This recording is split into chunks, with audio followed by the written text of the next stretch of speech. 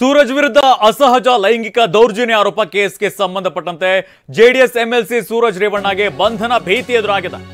CN ಠಾಣೆಗೆ ಸೂರಜ್ ರೇವಣ್ಣ ಕರೆತಂದಿರುವಂತಹ ಪೊಲೀಸರು ತನಿಖಾಧಿಕಾರಿಯಾಗಿ Sakleshpur DYSP Pramod ನೇಮಕ ಮಾಡಲಾಗಿದೆ. ಸೂರಜ್ ವಿರುದ್ಧ ದೂರು ದಾಖಲಿಸಿರುವಂತಹ ಸಂತ್ರಸ್ತ ಯುವಕ ಹೊಳೆನರಸೀಪುರ ಗ್ರಾಮಾಂತರ ಠಾಣೆಯಲ್ಲಿ ಪ್ರಕರಣ ದಾಖಲಾಗಿದೆ. ಐಪಿಸಿ ಸೆಕ್ಷನ್ 377, 506, 342, 34 ಅಡಿಯಲ್ಲಿ ಎಫ್ಐಆರ್ ದಾಖಲಾಗಿದೆ.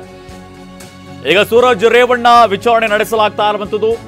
ತದನಂತರದಲ್ಲಿ ಅವರನ್ನ ವಶಕ್ಕೆ ಪಡೆಯುವಂತಹ ಸಾಧ್ಯತೆ ಇದೆ.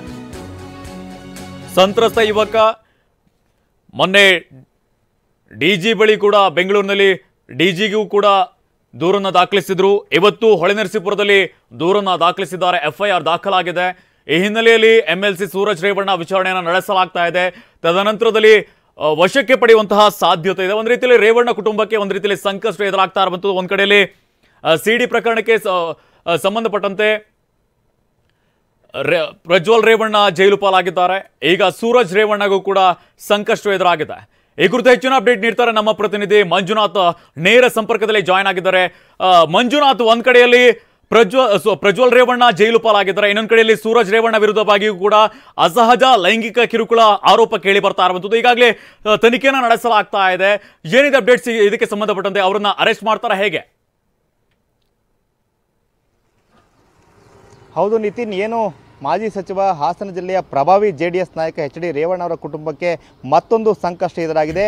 3 ಮಹಿಳೆಯರ ಸಂತ್ರಸ್ತ ಮಹಿಳೆಯರು ಕೊಟ್ಟಿರ್ತಕ್ಕಂಥ ದೂರಿನ ಆಧಾರದಲ್ಲಿ ಪ್ರಜ್ವಲ್ ರೇವಣ್ಣ ಅವರು ಬಂಧನಕ್ಕೊಳಗಾಗಿ ಜೈಲಿನಲ್ಲಿದ್ದಾರೆ. ಮತ್ತೊಂದು ಕಡೆ ಈಗ ಏನು ಅವರ ಹಿರಿಯ ಪುತ್ರ ಹಾಸನ ಜಿಲ್ಲೆಯ ವಿಧಾನ ಪರಿಷತ್ ಸದಸ್ಯ ಡಾಕ್ಟರ್ ಸೂರಜ್ ರೇವಣ್ಣ ಅವರ ವಿರುದ್ಧ ಕೂಡ ಅನೈಸರ್ಗಿಕ ಲೈಂಗಿಕ ದೌರ್ಜನ್ಯ ಆರೋಪ ಕೇಳಿಬಂದಿದೆ. ಇವತ್ತು ಸಂಜೆ ಏನು ಹಾಸನ ಜಿಲ್ಲೆ ಹೊಳೆನರಸೀಪುರ ತಾಲೂಕಿನ ಹೊಳೆನರಸೀಪುರ ಗ್ರಾಮಾಂತರ ಪೊಲೀಸ್ ಠಾಣೆಯಲ್ಲಿ ಎಫ್ಐಆರ್ ದಾಖಲಾಗಿದೆ. ಅರಕಲಗೂಡು ತಾಲೂಕು ಮೂಲದ ಯುವಕ ಕೊಟ್ಟಿರ್ತಕ್ಕಂಥ ದೂರನ್ನು ಆಧರಿಸಿ ಏನು ಐಪಿಸಿ ಸೆಕ್ಷನ್ 377 ಹಾಗೆ 342 ಮತ್ತು 506 ಅಡಿಯಲ್ಲಿ ಎಫ್ಐಆರ್ ದಾಖಲಾಗಿದೆ. ಈ ಎಫ್ಐಆರ್ ದಾಖಲಾಗಿರ್ತಕ್ಕಂಥ ಬೆನ್ನಲ್ಲೇ ಈಗ ಪೊಲೀಸರು ಸೂರಜ್ ರೇವಣ್ಣ ಅವರನ್ನ ಅರೆಸ್ಟ್ ಮಾಡ್ತಿರತಕ್ಕಂಥ ಸಾಧ್ಯತೆಗಳು ಬಹುತೇಕ ಹೆಚ್ಚಾಗಿದೆ.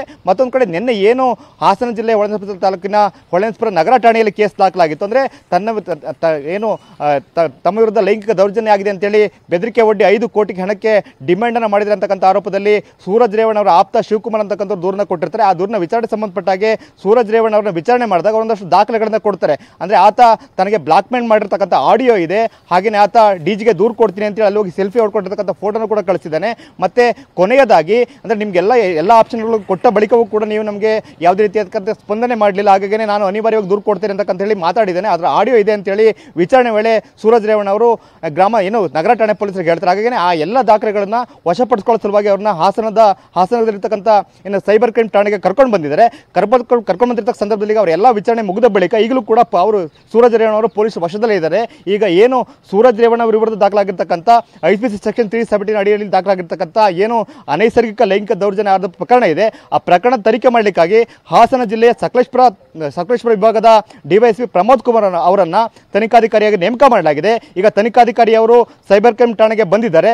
ಅವರೀಗ ಏನು ಸೂರಜ್ ರೇವಣ್ಣ ಅವರು ವಿಚಾರಣೆ ಆದ ಬಳಿಕ ಈ ಪ್ರಕರಣದಲ್ಲಿ ಸೂರಜ್ ರೇವಣ್ಣ ಅವರ ಬಂಧನದ ಅವಶ್ಯಕತೆ ಇದೆ ಅಂತ ಹೇಳಿದ್ರೆ ಖಂಡಿತವಾಗ್ಲೂ ಕೂಡ ಬಂಧನ ಮಾಡ್ತಕ್ಕಂಥ ಸಾಧ್ಯತೆಗಳು ಹೆಚ್ಚಾಗಿದ್ದಾವೆ. ಈಗ ಇನ್ನೂ ಕೂಡ ವಿಚಾರಣೆ ನಡೀತಾ ಇದೆ. ವಿಚಾರಣೆಯಾದ ಬಳಿಕ ಅವರನ್ನ ಬಂಧನ ಮಾಡ್ತಕ್ಕಂಥ ಸಾಧ್ಯತೆಗಳು ಹೆಚ್ಚಾಗಿದ್ದಾವೆ. ಯಾಕೆ ಅಂತ ಹೇಳಿದ್ರೆ 377 ಮತ್ತು 342 ಎಲ್ಲವೂ ಕೂಡ ನಾನ್ ಬೇಲೇಬಲ್ ಅಫೆನ್ಸ್ ಇದಾವೆ. ಹಾಗಾಗಿ ಅವ್ರನ್ನ ಬಂಧನ ಮಾಡ್ತಕ್ಕಂಥ ಸಾಧ್ಯತೆ ಹೆಚ್ಚಾಗಿದೆ ಅಂತಕ್ಕಂಥ ಮಾಹಿತಿಯನ್ನು ಪೊಲೀಸ್ ಮೂಲಗಳು ಕೊಡ್ತಾ ಇದ್ದಾವೆ. ಒಂದು ಕಡೆ ಏನೀಗಾಗಲೇ ಪ್ರಜ್ವಲ್ ರೇವಣ್ಣ, ಮಾಜಿ ಸಂಸದ ಪ್ರಜ್ವಲ್ ರೇವಣ್ಣ ಅವರು ಅತ್ಯಾಚಾರ ಆರೋಪ ಪ್ರಕರಣದಲ್ಲಿ ಬಂಧನಕ್ಕೆ ಒಳಗಾಗಿ ತನಿಖೆಯನ್ನು ಎದುರಿಸ್ತಾ ಇದ್ದಾರೆ. ಮತ್ತೊಂದು ಕಡೆ ರೇವಣ್ಣ ಅವರು ಕೂಡ ಸಂತ್ರಸ್ತ ಮಹಿಳೆಯನ್ನ ಕಿಡ್ನಾಪ್ ಆರೋಪ ಪ್ರಕರಣದಲ್ಲಿ ಏನು ಬಂಧನಕ್ಕೊಳಗಾಗಿ ಜೈಲಿಗೆ ಹೋಗಿ ವಾಪಸ್ ಬಂದಿದ್ದಾರೆ. ಮತ್ತೊಂದು ಕಡೆ ಭವಾನಿ ರೇವಣ್ಣ ಅವರು ಕೂಡ ಇದೇ ಪ್ರಕರಣದಲ್ಲಿ ಬಂಧನ ಭೀತಿಯನ್ನು ಎದುರಿಸಿ ಅವರೀಗ ಬೇಲ್ ತಗೊಂಡು ಹೊರಗಡೆ ಇದ್ದಾರೆ. ಈ ನಡುವೆ ಅವರ ಹಿರಿಯ ಪುತ್ರ ವಿಧಾನ ಪರಿಷತ್ ಸದಸ್ಯ ಡಾಕ್ಟರ್ ಸೂರಜ್ ರೇವಣ್ಣ ಅವರಿಗೆ ಈಗ ಬಂಧನ ಭೀತಿ ಎದುರಾಗಿರ್ತಕ್ಕಂಥದ್ದು. ನಿತಿನ್.